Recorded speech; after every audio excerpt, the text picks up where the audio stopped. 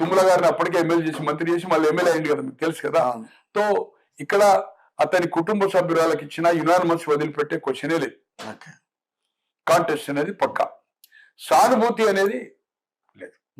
నేను అనుకుంటున్నా గోపి గారు 3 సార్లు గెలిచినా అంత అగ్రెసివ్ గా పాలిటిక్స్ లో ఏదైతుందో మ్యాన్ టు మ్యాన్ లేదు అతను. ఇదే ఇక్కడ బార్న్ కావచ్చు, స్థానికంగా నగర్ లో బార్న్ కావచ్చు, సెటిలర్స్ ఓట్లు కూడా ఎక్కువని. బట్ నాకుండేది BRS third, BJP and Congress fight ఉంటుంది.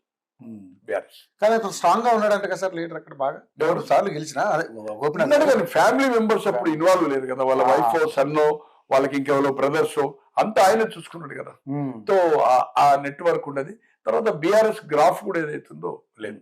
మైనార్టీ ఓట్లు మెయిన్ ముస్లిం మైనార్టీ ఉంది కనుక will be the educated vote కూడా కాంగ్రెస్ కే ఫరగా ఉంటుంది. బీఆర్ఎస్ కాంగ్రెస్ ప్లాన్ చేసుకుంటే లేదు. ఇంకొకటి ఏమైతుందంటే అజర్కే టికెట్ వస్తే మంత్రి అవుతాడు, ఒక యాక్టివిటీ ఉంటది. Minorities solidarity